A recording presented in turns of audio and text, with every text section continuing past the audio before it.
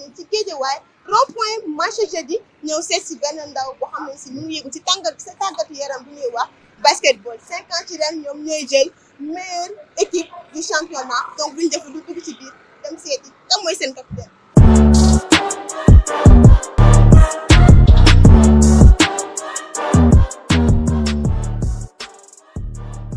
maa ngi nii toog ak sama invité du jour duma def lu dul bàyyi ko mu présenté wu. maa ngi tudd Mame Diarra Ndiaye basketteur école 16 capitaine cadet. Mame Diarra ñu ngi lay remercier bu baax a baax ci dalal bi ñu dalal fii mais ci loolu dama amoon certaines questions mais si bëggoon naa la ko poser concernant ci li ngay yëngatu muy basket lan moo tax nga dugg ci. basket foofu bi ma ciy dugg daa am ay boy yu ma waxoon rek doo mën basket moo tax ma dugg ci mais man craqué laa ko woon def. donc kon yow c'était un défi à relever mais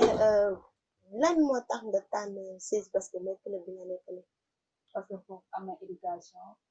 dañ lay jàngal en plus management. mais ci loolu est-ce que yéen ngi compétir di def ay bon di génn parfois di def comme boog pratique. waaw ñu ngi jouer ay championnat. aussi des tournois par dimanche. di génn di jouer ay tournois plan banlieue. ñu ngi recevoir ay invitation yi nekk télé bi aussi ñu ngi jouer mais ci invitation yooyu ngeen di jot Dakar kese la nekk la yem wala da ngeen di dem ci yeneen région yi. waaw parfois ñu génn ci région yi. aussi ñu dem Dakar ak banlieue. c'est très bien yaakaar naa ni que lu jëm ci wàllum basket bi di ko gën a xóotal damay bàyyi ba ñu ñëw ci suñu deuxième étape parce que après war nañoo dem terrain léegi dama lay laaj ci question d'actualité ñin di jël gaal gi di dem Europe Espagne Italie quel que soit alpha kii bu ñu dem lieu bu ñu jëm lan nga ci xalaat. ñoom de dañoo waroon toog rek ndax wërsëg moom fépp la nekk. su ko yàlla tuddee pour nga jot ko rek dañ ko jot dañoo waroon toog pour seen wërsëg ñëw mais dañuy yaakaar di jël gaal yi après dee ci géej gi te yooyu yëpp amul sax. mais est-ce que nekkul situation yi ñuy dund seen kër wala ñu koy dund seen environnement moo leen sonal wala moo leen perturbé à quel point que seen xel du dem du jël ci gaal yi. waaw loolu tamit si la. mais situation ak moom mënti demee il faut savoir gérer. toog xaar ba ñëw ndax nee nañ neex mu ci ginnaaw na xar dañoo waroon toog xaar ba jamono neex rek xam naa après dina baax. kon yow yaakaar ne que ndaw yi war nañoo toog seen dëkk gën a fight am fulla am fayda ci li ñuy def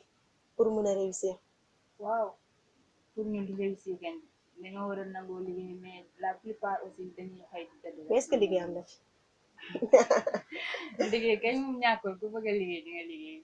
mais parfois nga gis xam ne si day jàng ba am ay diplôme cadré faut déposer CV ñu delloo la wala boo demee ci mbalit yi ko fay fekkaat. loolu tamit si gouvernement Sénégal la rek mais lépp rek maa ngay kii seen dynamique ñoom ak seen engagement bu fekkee am nañ engagement rek réussite après dina ñëw. mais lan ngay wax état bi comme que ñoom tamit am nañ ci part de responsabilité bu mat sëkk parce que say ndaw yu nekk sa biir réew buñ demee ba xajatuñ fa wala sentiruñ seen bopp ci biir duñ def yaakaar nañ ko buñ génnee foofu lañu mën a réussir état foofu part de responsabilité bu fa am foofu noonu ban conseil nga leen di jox wala ban contribution ngay dugal ci loolu. naa ñu gën a yombal liggéey bi rek. ndaw yi ñëw si ñoom di leen tàllal loxo ñu dimbali leen. parce que nit soo ko ëppalee dara da ngaa war a jàppale mais pas muy ñëw si yow nga koy ëppale. da nga ko war a dimbali soutenir ko. loolu laa fi dégg nañ bu baax a baax lu Diarra wax te nekk na lu xam te ni si ay réponse yu am solo lool donc duñu def lu dul téye ko foofu noonu ñëw si suñu deuxième étape ànd ak moom dem terrain mu def pratique. Bassirou Ndiaye laa tudd dëkk Guédiawaye Mbodou Dé Diarra Ndiaye sama rakk la ñoo bokk ndey ak baay. maanaam li ma ci mën a wax daal lu tuuti la ndax daanaka yàlla dogal na ni du ma sportif tamit mais gis naa li sport di def ci nit. ci benn côté mën naa la wax lenn loo xamante ne lu ndaw loo xamante da nga ko bokk ak moom comme li tubaab di wax la bon sens se nourrit lenn rek mooy défaut elle s'énerve vite dafa gaaw mer mais jàmbaar c'est une battante looloo tax loolu dong moo tax actuellement nii sax ci moom laa nekk doon génn di jaabantee ko ñëw mais amul benn problème nangu na mais leen rek ay défaut elle s'énerve vite dafa gaaw énervé wu un sportif warta gaaw énervé wu ndax man def naa sport de combat 5 ans j'étais un boxeur à cause du fracture de doigt moo tax ma bàyyi mais nag sant yàlla na ñaan yàlla mbébét bi ma am ci sport suñu borom mootali ko daal dama ko souhaiter le meilleur ñaan yàlla mi mën a sàmm te mën a yiir mën a yor yàlla yiir ñu yor ñu te sunu ñaari waajur ñu ci yàlla booleel ñu def ci ñun li ci war yàlla yàggal seen taxawaay te ñu teete ñun ba ci kanam te sunu borom def li gën ci moom ci sport ak lépp luy mbébétam yéen ñi ñëw nag yàlla na yàlla barkeel liggéey bi sunu borom def li gën ci yéen. ak seen mu góorgóorlu fas jom te xamante ne métier benn bu nekk jombul doomu aadama lépp Issa Sène nag am jom rek te fas ko góorgóorlu yàlla jàppale ko waaw bu di góorgóorloo rek yàlla dina ko jàppale am na yar am na teggi amut ak kenn affaire te fonk na ko nag fonk bi mu ko fonk moo tax laay jël ko teg ko ci kaw déedéet moom bokk ci moom fi ngeen ko fekk nii su yeewoo ndékki na raxas ndabam yi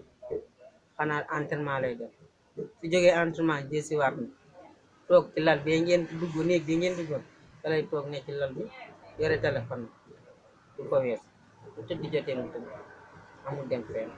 xanaa di leen sant di leen gërëm di leen jaajëf ñi ngeen taxawaay bi ngeen taxawee te ko wax na ko nag mu yokk góorgóorlu rek ca fas jom. asalaamaaleykum wa rahmatullahi taala wa barakatuhu ñu ngi leen di nuyu seen tur kenn ku ne sa tur sa sant di leen sant di leen gërëm di leen ñaanal yàlla yokk fan yi wéral cër yi may ñu fekk ak tal ci kat nag suñu borom ndax fekk dina am te tal du am kon su fekkee amee yàlla na tal am soxna jaara nag yàlla moo ko xiir ci loolu muy bëgg-bëggam kon li ñu mën a def mooy jàppale ko di ko ñaanal fii ngeen dugg tey nag képp koo xam ne tegwoo ci jar ak teggin doo fi dugg kon soxna jaara bu féetee fi mu féetee yaram ak teggin may ko mu am ku mu féeteel muy laay njaay ma nga xam ne moo ko yore jël ko doomoo ko jarbaatoo ko ndax pësteef bu mu ko woon ak jar ak teggin ba ma boo laay jàkkaarloo ak moom xool ko mu doy ma bàyyi ko moom su mu fekkan xool naa ko gis ci moom ay caaxaan duma ko nangu su jàngee wàcc na bu sport jotee def na ko li wàllu jigéen ci kër gi li mu ci man dana ko def ndax kenn ku nekk sa yaay moo lay jàngal liggéeyu jigéen ndax jigéen dafa war a man liggéeyu jigéen mooy lan fóot ci la bokk togg ci la bokk ëllëg boo amee borom kër xam noo ko ñu seere bu la yàlla joxee na nga dugg ci leneen da nga cay wane jom ak ngor ak fulla école ba mu ne dem naa fa ñu wax ma ci moom ay qualité yu ma neex laay njaay dem naa fa mu wax ma ci moom ay qualité yu ma neex ndax école ñi ma ci teg sama bët ñuy wut ay xarit di def yoo xam ne du lu ma gënal sax na maa ngàbb sama tànk dem ba ci école ña ko yore ñu ne ma maam jaara amul xarit jàng si wàcc lay def laay njaay laaj naa ko loolu wax na ma tax na fu mu ma tàggu bu doon paas ba 100 000 francs la naa ko joxe ndax bëgg-bëggam salaam.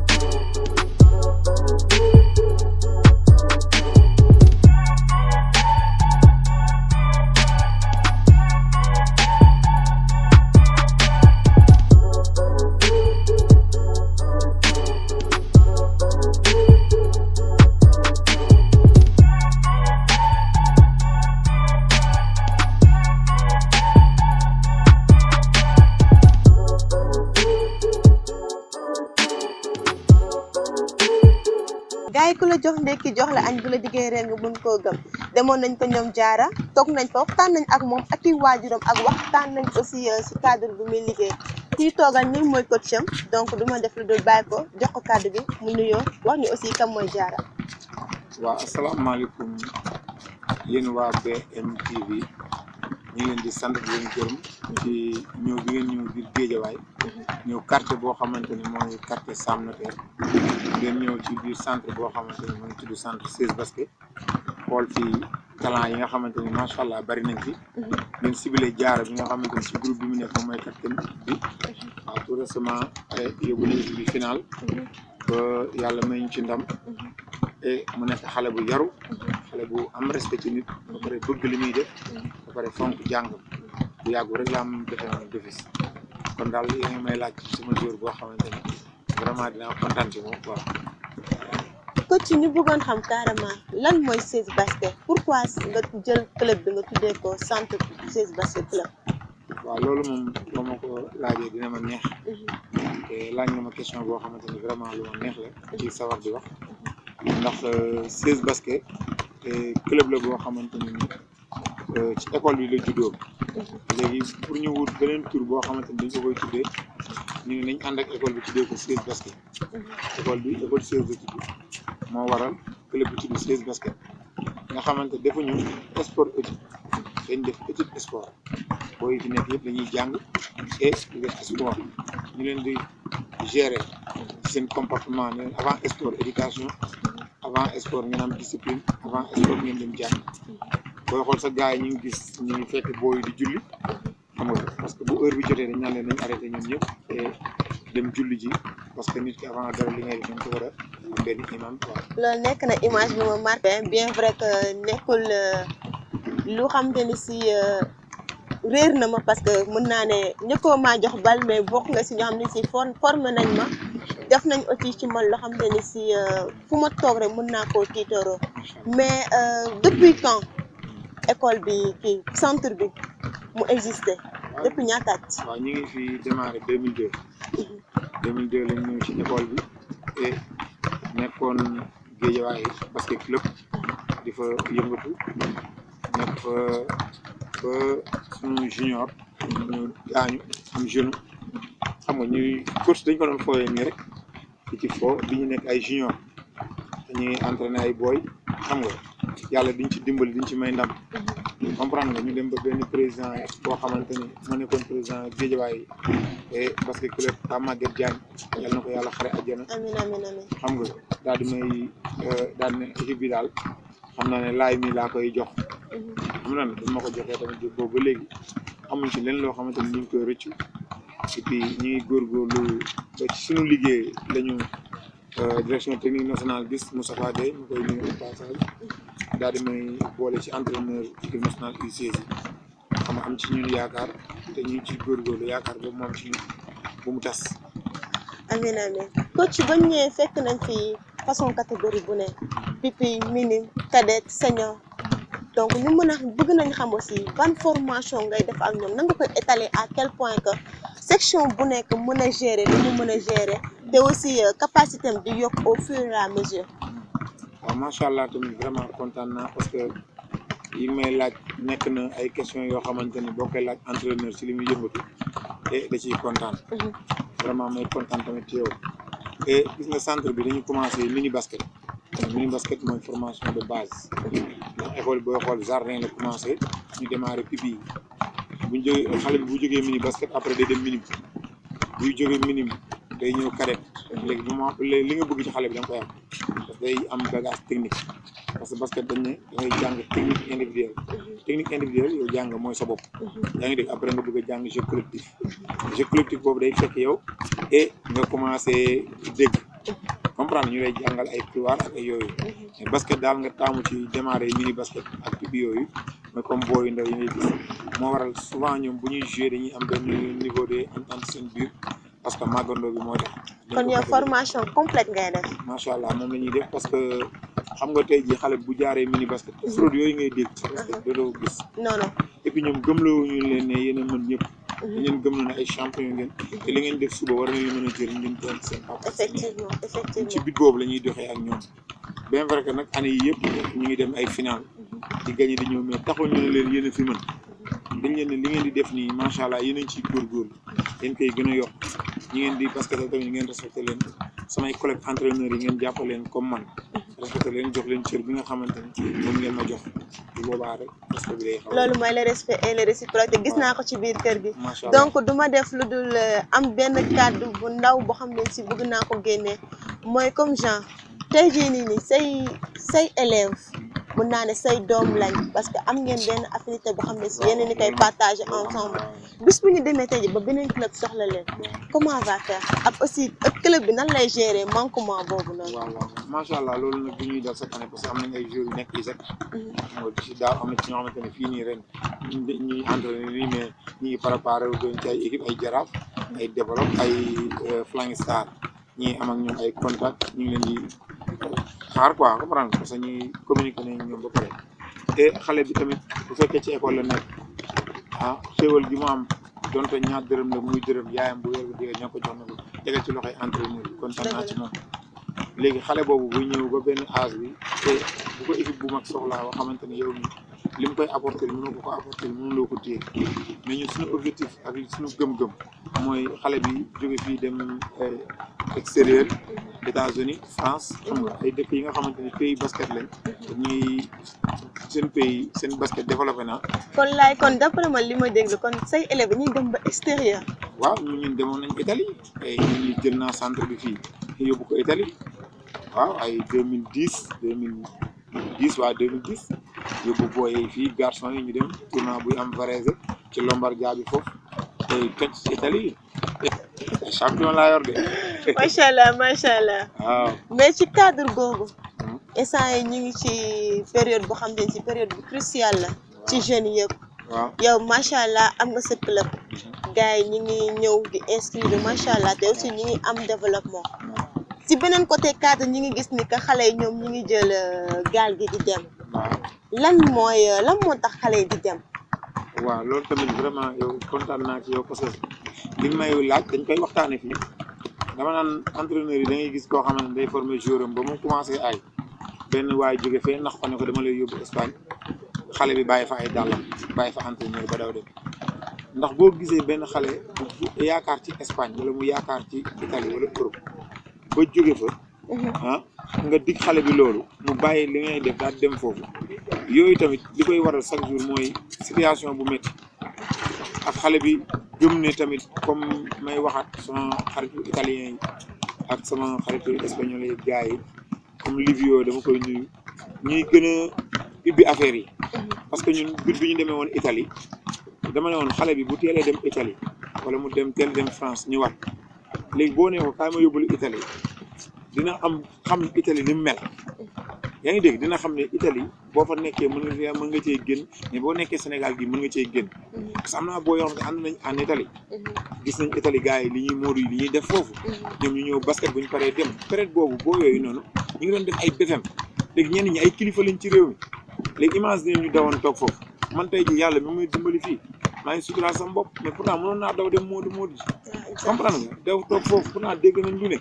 mais dañu ne nañ toog suñu gox xool li ñu suñu gox mën a apporter ñu apporter ko bañ a xool ñun li lañ suñu gox mën a apporter loolu muy message boo xamante ne tamit boo yi nga xamante ne dañuy dugg ci gaal yi ñu xam ne fële dara nekk fa wërsëg yàlla moom moo koy joxe boo ko waree am danga koy am te mi ngi ci jàng soo jàngee gëm sa bopp jël say diplôme yi nga xamante ne moom lay jàng teg nga visé ko am ko loo bëgg am ci dëkk bi danga koy am ginnaaw immigration clandestine yi damay ñëwaatam sa pàcc damaa génnoon juste rek mais ñëwaat naa ci sa cadre ministre des sports wala ñu xam ne ci ñoom ñëpp ñu ngi ñoo yëngatu ci wàllum sport bi est-ce que ñu ngi leen di jàppale concernant seeni activité wala seeni championnat est-ce que àq bu ci wax dëgg est-ce que ñu ngi leen di koy jox non loolu moom da ngay gis ne booy xool ñun équipe la boo xamante ne petite catégorie li ñu final lu bëri na trop mais léeg-léeg yàlla da lay dogal sax nga gagné final bi ñu jox la ñaari coupe ak bal loolu tamit xam naa ministre des sports bi lay ça c'est catastrophique. waaw non ministre bi xam naa mi ngi lay dégg te bu la déggee tamit dina jéem a jàppale waat fédération bi nga xamante ni tey ñoom ñoo ñu tënk ak Ligue de Dakar ci wàllu xale yi ñu jëm leen a jàppale ba nga xam parce que may nuyu au passage Ibrahima Diagne jàmbaar la woon moo nekkoon président Ligue de Dakar yaa ngi dégg moom moo nekkoon président bi te daan innové booy jàngul booy gën a jàng ci année bi mu récompenser leen may leen loo xamante ni dañ ci mën a inscrire école leen ci entraîneur yi nga xamante ne ñu ngi liggéey mu décorer leen man bokkoon naa ci entraîneur yooyu xam nga jox leen ay matuwaay pour ñuy entraîner seen terrain ba pare motiver leen kon kooku tey jii bëgg nañ amaat benn président bu mel ni moom mais quant à ak ni muy amee nii am na engouement mais li ci war a am ameewul demeewul noonu quoi. donc instant yi ngi nekk ci crise boo xamante ne si c'est pas du tout ouverte mais crise boo xam ne si mi ngi làqu te yéen ñu koy dund sans pour autant ñu bari xam ko. waaw macha allah et puis yooyu tamit kontaan nañ trop parce que li ngay laaj nii vraiment ñun ñu koy tontu tamit dañuy tontu Sénégal bi yëpp parce que xale moom mooy nekk mag xale mooy jógee xale dem mag te xale ci xale lañ lay tàggatee nga doon li nga doon xale bu amul benn condition boo xamante ne doon na ko kon suba li mu war a doon day xaw a métti déggoo ñu ne xale boo koy jubbanti da ngay bàyyi ba mu tooy boo wooyee boo koy jubbanti day dam xam naa ne donc xale bi tey jii war nañ ko mën a soutenir jàppale xoolal xale bu ndaw bi mu indi ko xale bu tuuti ñu indi ko jël ko di ko basket ana xam ne naa koy entraîné damay wàcc ci ni mu toll nax ko ci li mu bëgg du metti ba muy am amour du ñëw chaque jour da ngi dégg mais war nañ mën a jàppale xale yi état bi ñu ne nii comme terrain bi ñu nekk ñaata autorité ñoo nekk Guédiawaye bari na rakk président de la république Guédiawaye la ne punkal yi ngay dégg Guédiawaye yëpp ñu ngi fi boo ci ne terrain bi état terrain mu bàyyi fi ay dàllam daw xoolal lii ñaata personne ñoo nekk fii di entraîné wala état terrain bi état terrain bi entraîné nii gis nga ko bu baax koo fi woo mu ñëw nga ne ko état terrain bi nii ak nii la mu daw du fi ñëwaat ñaata autorité ngay dëkk Guédiawaye doo leen gis ba am na ci koo xamante ne ñu ngi ñuy jàppale ma koy nuyoo waale Xadim Sey Bamba Sey Dakar la dëkk xool li ñuy liggéey mu rafetlu ko ak ñeewantel ñu ci te dëkkul Guédiawaye day ñëw di ñu jàppale ak propre moyen na mairie bi da ngay dem am final dem fa di ko kii mu yëkkati 20 000 francs 20 000 ndekki la final loolu mës nga ko gis. bari na moo ko def mairie Sam Notaire bi xam nga yooyu dafa xaw a doy waar. bari na doy na waar loolu mais ci cadre bi nga ñëw léegi muy cadre état wu école bi. waaw gis nañu ni que école bi bu setee.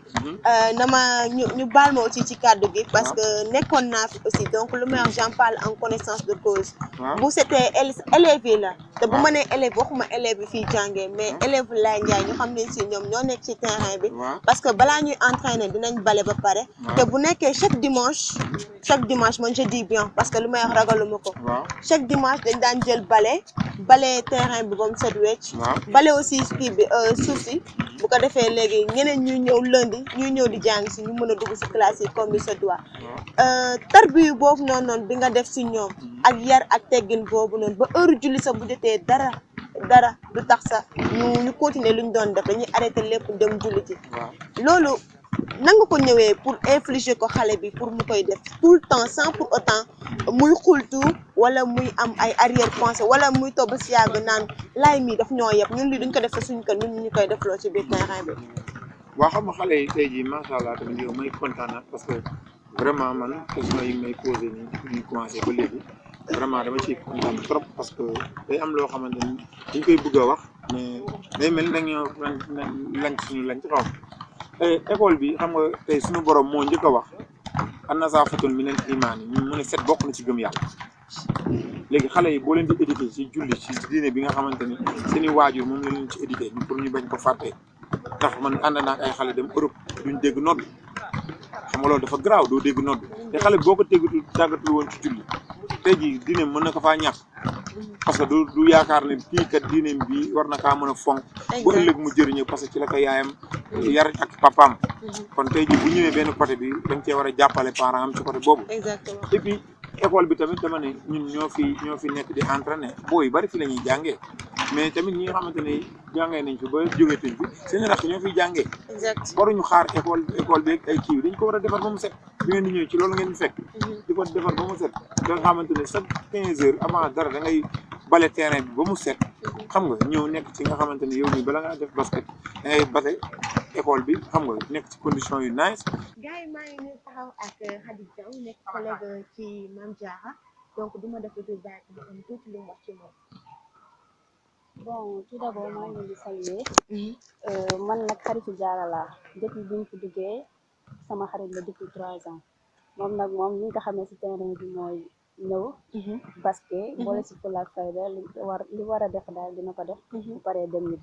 ginnaaw ba ma paree ak Khady Diaw maa ngi ni taxaw ak beneen collègue am mu tudd Rama Seck léegi duma def lu dul bàyyi ko moom mu def tamit ay témoignage am ci collègue am. waa Mame Diarra moom nit ku baax la yàgg na fi ne géwandoo bëgg ñëpp daal ku yaatu la ku baax la bu ñëwee day wàcce boppam comme ñëpp bu ko neexoon ñëw dund beneen style mais def ko yaru na tey na lu yoonam nekk di ci dugg. ñëwaat naa fii ak Diarra toog ak moom ak i collègue am donc duma def lu dul bàyyi la rek nga wax tey li nga yëg. kontaan naa trop si yéen bi neex na li ngeen def nii day jëmale suñu réew kanam gis na entraînement yi moom ñu lay demee sport moom góorgóorlu rek pour am li nga bëgg. Diarra ban relation nga am ak say collègue ñi ñuy toog ñu wala nga bokk ak ñoom section. samay xarit lañ samay magal si tamit aussi baax na ñoom ñëpp yaatu na jàmm rek laa seetlu maanaam ñooy sama deuxième famille daal loolu laa mais Diarra dégg naa ne su bu ñu commencé jouer nii ku def erreur da nga koy yuux pour lan. non du question yooxu bëgg ñu gagné rek parce que nee nañ da ngay xàccandoo dóorandoo mu gën a nice quoi léegi su kenn dee nelaw faa nga yeeko pour affaire yi mën a nice. kon yow daal yuuxu boobu rek yow nga yaakaar nga fa nga ko mën a jaare. non du yuuxu sax dégagé kii Diarra da ngaa commencé coloniser gars yi nag. du loolu sax de mais pour di leen réconforter la rek di leen jox courage pour ñu mën a kii quoi parce que ñu ñëpp ay boy lañ faa ñu nekk si pour mën a gagné la. donc en tant que capitaine tey jii nii boo leen demoon ngeen compétir ñu gagné leen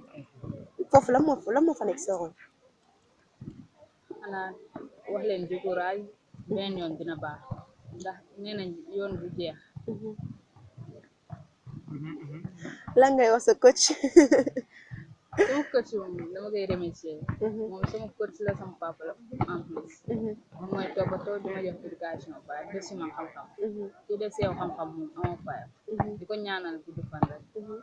yàgg suñu kanam. parents yi nag bu leen fàtte de. ak parents yi tamit ñoom moom ci xam nga seen wàll ci kër gi la mais ci terrain bi moom coach bi moo ko nekk. donc li moo nekkoon tey seen émission sport féminin ñu àndoo seeg Diarra donc duma def lu dul tàggatoo ak yéen di leen dig daje beneen yoon ak beneen sportif ci divers discipline.